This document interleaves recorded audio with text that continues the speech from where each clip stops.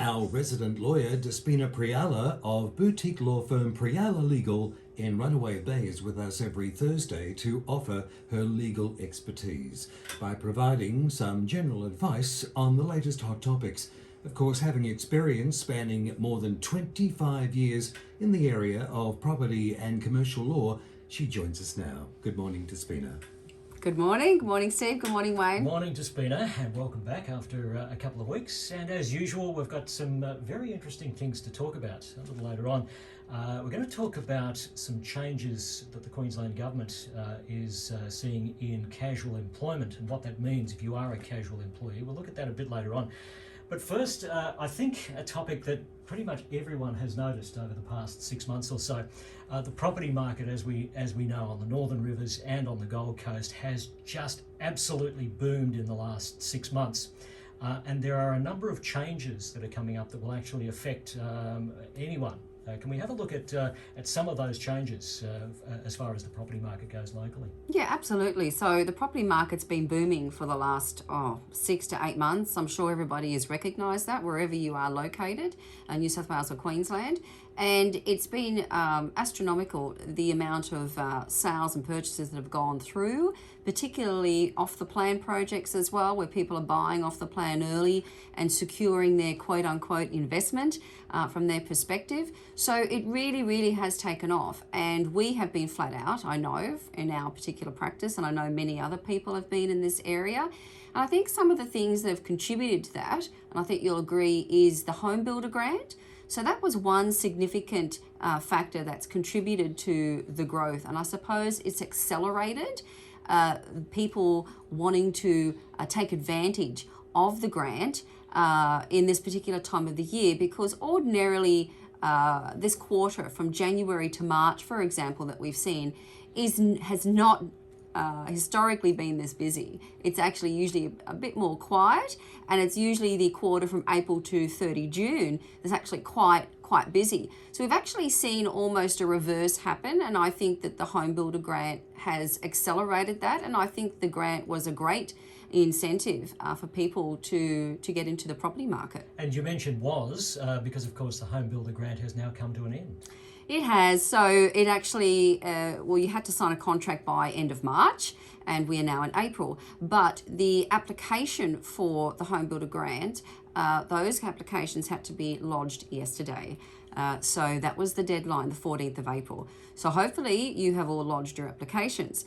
Presuming you have, and you ticked a lot of those eligibility criteria boxes as buyers, and if you were buying off the plan, for example, early on, that application will be sitting in abeyance now until the project is complete and you can actually settle on the purchase of your property.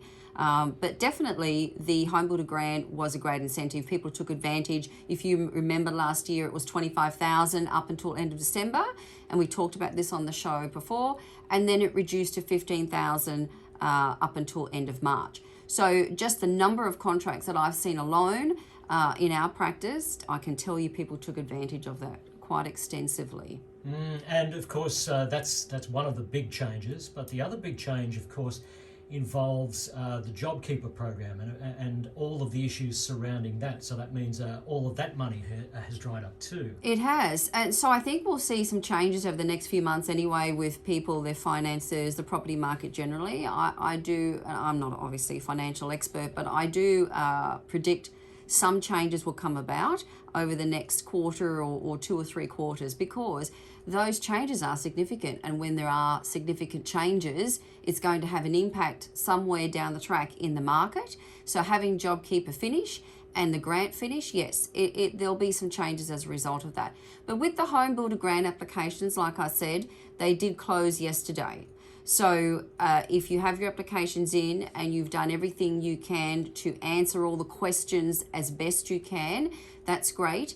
But I thought we'd talk about all of the eligibility criteria, not just from a buyer's perspective, if I can say that, because some people that I spoke to, clients of mine, and I obviously educated them further, didn't understand to the full extent that there were buyer conditions that they had to satisfy and tick boxes they had to tick But there's also on the other side that there were boxes that the seller had to tick for them as well, so the applications would be accepted. And I guess plenty of your clients had lots of questions around all of this, because there was quite a bit to it, wasn't there, to the scheme, to keeping within the confines of the scheme. Well, from a buyer's perspective, yes, you had to obviously meet certain criteria, which included the salary component. There was a certain cutoff. You couldn't earn a certain amount of salary as an individual couple, so you had to meet that. The purchase price, including GST, had to be $750,000 or less. So that was another criteria. So people had to marry that up if they were buying vacant land to then build a home. They had to work out, well, is the build price going to then exceed over the 750 with the cost of the purchase of vacant land. So there are things to marry up and that the buyers had to do. So obviously the deadline for buyers was get a contract signed by 31st of March. Okay. So buyers could have then taken advantage and complied with all those conditions. But then on the other spectrum, you had developer conditions. All right. So we talk about things like commencement of construction for an off-the-plan purchase and completion of construction for an off-the-plan purchase. So those two are quite significant because you may have ticked all of the boxes as a buyer and said, great, I've got my application in now with the government. I'm happy, it's in there, and I'm just going to sit and wait for the project to be completed, and then I'll get my $25,000, $15,000, whatever it is. Yes and no. Yes and no. There's always a catch. There's always the catch, yes. Well, the developer's got to meet his end of the bargain, I suppose, if I could call it that, for the application to be ultimately accepted and approved and payment made at the end of the day to the buyer. So for an off-the-plan I'm talking about, obviously where you're waiting for something to be built, the developer has to commence construction within 6 months of the date of your contract. So each individual will be a little bit different. So it's from buyer to buyer. So 6 months from the actual contract date, from person to person. They've got to start. They've got to be in there and starting to within to work 6 on the months. project. And we're talking about October, November. Yeah, so if you waited right to the end, of course, you're hovering around the end of March period where you signed your contract, you are talking about October. And we're talking about breaking ground on site. So we're not talking about, well, I want to see a frame or I want to see, walls and roofs. We're just talking about commencement, which is breaking ground pretty much for a developer. So that's what we're talking about. Now, if the developer doesn't do that within the 6 months, then you've lost that eligibility. Gone. Oh dear. Yeah, you'd be pretty annoyed with your developer if that happened, because obviously if you're doing everything right, you've ticked all the boxes, the things that you need to do, and you've got to cross the line there, and then suddenly someone else, totally out of your, that has nothing to do with you in effect, and somebody else who's is responsible for bringing it all undone, you'd be pretty annoyed with that, wouldn't you? Well, yes, that's right. So everyone that we've looked after as buyers, we've given them advice and we've said, look, you need to understand where your budget's at. So if you really are budgeting on this $25,000 or $15,000, you need to understand that there are developer conditions. So you need to make sure that you understand that risk if it doesn't come through, and you need to manage your funding and how you're going to ultimately purchase this property at the end of the day. So that's important. The second aspect, of course, is great. The developer has commenced construction, happy days, tick that box, no problem. The second component is completion. So the government has said, well, you can't just take forever to finish the project.